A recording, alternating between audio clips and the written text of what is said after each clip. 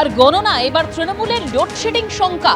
এই দলের প্রার্থীদের সঙ্গে এবং কাউন্টিং এজেন্টদের সঙ্গে যে ভার্চুয়াল বৈঠক ছিল মমতা বন্দ্যোপাধ্যায় এবং অভিষেক বন্দ্যোপাধ্যায়ের, সেখানে তৃণমূল নেত্রী বার্তা দিয়েছেন 10 সেকেন্ডের জন্য যেন লোডশেডিং না হয় দেখবেন, তাহলে মেশিন বদলে দেবে। দলের কাউন্টিং এজেন্ট ও প্রার্থীদের সঙ্গে বৈঠকে এই বার্তা দিয়েছেন তৃণমূল নেত্রী। আর কি বলেছেন তিনি, আমাদের প্রতিনিধি আশাবুল হাসানের কাছ থেকে আমরা জানবো। আশাবুল, দেখো দেবস্মিতা, মমতা বন্দ্যোপাধ্যায় স্পষ্ট বার্তা যে তারাই ফের ক্ষমতায় আসছেন এবং 200-র বেশি আসন নিয়ে তারা ক্ষমতায় আসবেন।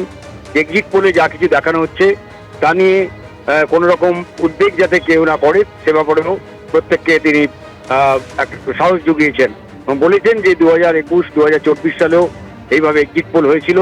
শেয়ার বাজারকে প্রভাবিত করার জন্য এক্সিট পোল করা হয়, ফলে এক্সিট পোলে কেউ যাতে বিশ্বাস না করে।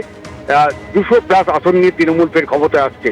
অন্যদিকে অভিষেক বন্দ্যোপাধ্যায় বলেছেন 215+ আসন নিয়ে তৃণমূল এবার ক্ষমতায় আসবে, কিন্তু আত্মতুষ্টিতে কোনো রকম ঢিলে ঢালা দেওয়া যাবে না। কাউন্টিং সেন্টারে প্রতিটা মুহূর্তে সতর্কতার সঙ্গে এবার নজরদারি করতে হবে কাউন্টিং সেন্টারে। এবং সেটা বলতে গিয়ে মমতা বন্দ্যোপাধ্যায় বলেছেন যে ভোর 5টার সময় কাউন্টিং সেন্টারে পৌঁছে যেতে হবে এবং সেখানে পৌঁছে গিয়ে একটা প্রথম সারিতে বসতে হবে। সেই সঙ্গে তিনি বলেছেন যে বাড়ি থেকে খাবার নিয়ে যেতে হবে, কেউ যাতে বাইরের কোনো খাবার না খায়, খাবারে কোনো রকম কেউ বিষক্রিয়া হতে পারে, এই ব্যাপারেও সতর্ক করেছেন সবাইকে। এবং মমতা বন্দ্যোপাধ্যায় বলেছেন যে যারা এই নির্বাচন পর্বে দলের জন্য কাজ করতে গিয়ে তারা প্রহিত হয়েছেন, অত্যাচারিত হয়েছেন কেন্দ্রীয় বাহিনীর হাতে, বিজেপির হাতে, এবং তাদের সঙ্গে দল পুরোপুরি আছে এবং আগামী দিনে তাদের প্রত্যেককে পুরস্কৃত করা হবে। অভিষেক বন্দ্যোপাধ্যায় বলেছেন যে সেন্ট্রাল বাহিনী, কেন্দ্রীয় বাহিনী, এদের এই অত্যাচার এগুলো আর মাত্র 4 তারিখের পর এদের কোনো গুরুত্ব থাকবে না। 4 মে পর্যন্তই এদের গুরুত্ব রয়েছে। এবং তারপরে তিনি বলেছেন যে সার্টিফিকেট হাতে না পাওয়া পর্যন্ত কেউ যাতে হল ছেড়ে না বেরোয় সে ব্যাপারে তিনি প্রত্যেককে নির্দেশ দিয়েছেন। এবং এবারই প্রথম মমতা বন্দ্যোপাধ্যায় ও অভিষেক বন্দ্যোপাধ্যায় কলকাতা থেকে দলের বিশিষ্ট নেতাদের আগামীকাল সন্ধ্যার মধ্যে জেলায় জেলায় পাঠিয়ে দিচ্ছেন, যে যাতে জেলায় জেলায় যে কাউন্টিং সেন্টার সেখানকার সঙ্গে কলকাতার যে সমন্বয়, সেই সমন্বয় রক্ষা করার জন্য এবং যোগাযোগ রক্ষা করার জন্য বেশ কিছু নেতাকে এবার জেলায় জেলায় পাঠানো হচ্ছে।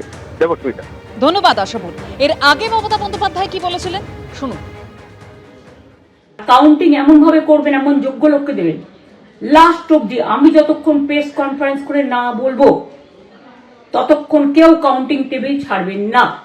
এবং মনে রাখবেন যে টেবিলে যেটা কাউন্ট হয় তারপরে ওরা কম্পিউটারে আপলোড করার সময় সেটাকে চেঞ্জ করে দেয়, মানে আমাদেরটা দিয়ে দেয় বিজেপিকে, বিজেপিটা দিয়ে দেয় আমাদের, সেদিকেও নজর দিন, সতর্ক থাকুন। এবং আমি নিজেও কাউন্টিং হলে হানা দেবো, কারণ আমি অ্যাজ এ ক্যান্ডিডেট যেতেই পারি, সেরকম সব ক্যান্ডিডেট বসে থাকবেন।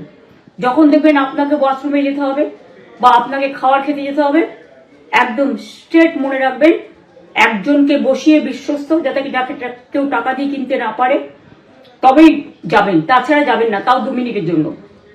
এত কষ্ট করেছেন, এইটুকু কষ্ট কিন্তু করতে হবে বাংলা মায়ের জন্য, বাংলার মানুষকে বাঁচানোর জন্য, বাংলার মানুষের অধিকার রক্ষার জন্য। আমাদের মহিলা মোর্চা অত্যন্ত অ্যাক্টিভ। আমাদের মা বোনেদের উপস্থিতিও এবার বিভিন্ন মিটিং মিছিলে ছিল হচ্ছে চোখে পড়ার মতো, কারণ মাননীয় মোদীজির নেতৃত্বে যে সরকার গঠন হতে চলেছে তাতে আমরা মায়েদের জন্য, বোনেদের জন্য অনেক কিছু আমরা করব, এই ধরনের পরিকল্পনা আমরা রেখেছি। তো স্বাভাবিকভাবে মা বোনেদেরকে দায়িত্ব নিতে হবে তাদের পশ্চিমবঙ্গকে আবার সোনার বাংলা তৈরি করার জন্য, তাদের ঘরের খোকাকে আবার মধ্যপ্রদেশ, উত্তরপ্রদেশ, বেঙ্গালুরু, গুজরাট থেকে, দিল্লি থেকে নিজের কোলে ফিরিয়ে আনার জন্য, স্বামীদেরকে ফিরিয়ে আনার জন্য, লক্ষ্মীর নারায়ণদেরকে আবার ঘরে নিয়ে আসার জন্য।